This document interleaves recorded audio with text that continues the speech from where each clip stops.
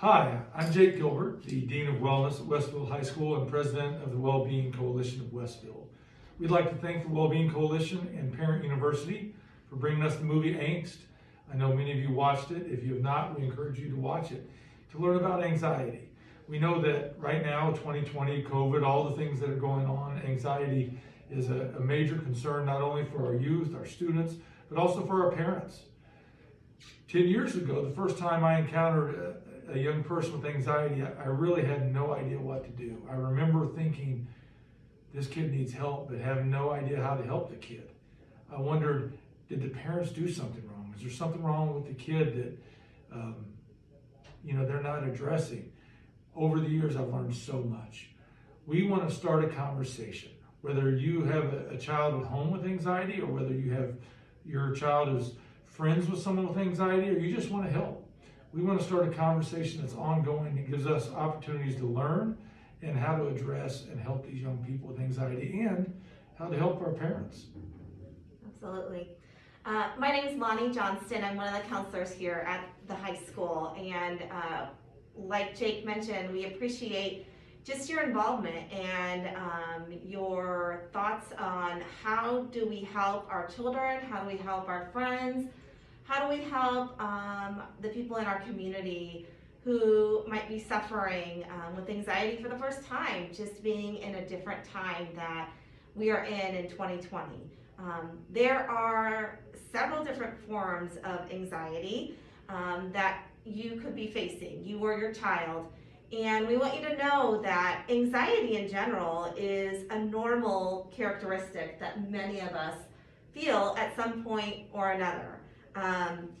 Those feelings of worry or angst or fear that you have depending on the situation you're in. And those are all very normal feelings to have. So again, we want to reiterate that anxiety in general is a normal characteristic or feeling. It's when it gets to where it is debilitating your normal life activities is when it can get to a level that is a little more worrisome. And there are different, again, forms of anxiety. So there's general anxiety disorder, which we see a lot in a lot of our students who have been diagnosed with that. Some of our students face social anxiety, so they obviously have some fears of social settings. Panic disorders or phobias of spiders or heights or whatever. So again, everyone might have some of those fears or anxieties in general, but it's when it gets to when it is debilitating your normal life activities, which is kind of what the film was talking about. And again, one of the most important things I feel is just reaching out, asking for help. I think if 2020 has taught us one thing, it's that we're not superhumans. And it has affected all of us in one way or another. And I think the most important thing is just asking for help. And so, I don't know, Jake, what was something that stood out to you when watching the movie Angst? I just really, that it's real, that it's different for everybody, that there's not a magic pill or magic beans to make it go away. There's not a one-size-fits-all solution. That we can't take away stress from the world. We cannot change the world. We have to learn how to deal with it. And that's one thing that people with anxiety have to know up front, is that we can't take the source of your anxiety away necessarily. You're going to have to learn to overcome and develop some strategies to help you when you feel anxious. Absolutely. And as counselors, that's what we try to do our best in helping your students when we have students come down for different concerns. We do really feel it's important that we keep our students, even those suffering with high anxiety, that we keep them in our buildings. There are a lot of caring and loving adults here in the schools, not only at the high school, but obviously all of our Westfield schools, who care about your child, and we are trying to instill the best coping mechanisms and skills so that when they face these anxieties later in life or different situations, they know how to handle them. When we have students come down, we try different strategies with them to, again, kind of lower their anxiety and lower their stress levels and cortisol. So we might have them journal, listen to music. I like to use the Calm app with a lot of my students. So that, again, just kind of walks them through some relaxation exercises so that they can, again, kind of retrain their brain to get back into a better spot so that they can concentrate on what they're doing in school. Again, everyone is different, and so it really is just trying different strategies with students, and obviously can work for adults as well, to see what's going to work best for them. So some other tips that we would give you, starting just with the body themselves. Number one, make sure you or your child are sleeping enough. There's been some studies that have showed that some kids' mental health has actually improved during lockdown and quarantine because they've actually started to sleep. So don't underestimate, and don't think that if their phone is in a room at night that they're sleeping. I would make sure that you are just monitoring your kids' actual sleep, not what time they go to their bedroom. Number two, their diet. There's been new studies coming out all the time associating gut health with cortisol in the brain.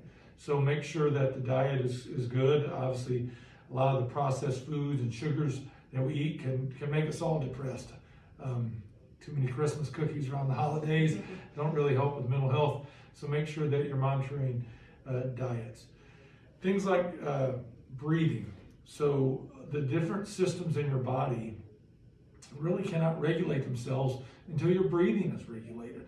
So if you say, okay, well, my son or daughter gets wound up and they start to struggle and their heart is racing and they lose control of their emotions, they can't get any of that back until their breathing is under control. So we practice box breathing, in for 3 or 4, pause for 3 or 4, out for 3 or 4, pause for 3 or 4 seconds, and then start it again. And so I use that with kids from elementary school through high school all the time, just to compose their breathing first, and then we can deal with whatever issues are causing the anxiety. But until they get their breathing under control, you don't have much of a hope. Gratitude exercises like a gratitude playlist, going for a gratitude walk, or journaling, making a list of 10 things that you're grateful for, help you concentrate on something else other than what the phobia is or what's causing the anxiety. Those are some key things. Doing some things that help you to relax. For some kids, that's tapping or snapping their fingers or tapping their foot, or fidget spinners and fidget cubes or doodling. All of those things help some kids. Again, there's no one size fits all. Absolutely. And then others, right? We believe in a power of 5. We believe that everyone should have 5 caring adults in their lives, whether you're a grown-up or a youth. And the worst time to build that web of support is when you need it. Mm-hmm. So make sure that everybody has, at least 5 caring adults in their life that they can go to, people that can check in on them, people that when they are feeling anxiety build, they know, well, I can at least go and have a conversation with someone and talk through it. People that understand them and care about them and love them, so that they can say, okay, no judgment here, let's just have a conversation. Tell me what is causing you stress, what is causing you anxiety. I'm here to listen.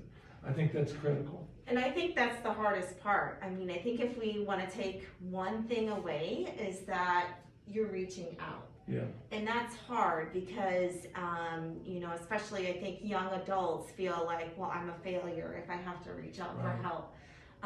But if you know a child or another adult that you're concerned about after watching the movie Angst and after continuing this conversation, there are definitely more resources, and that's the hardest part, is just reaching out for that first support.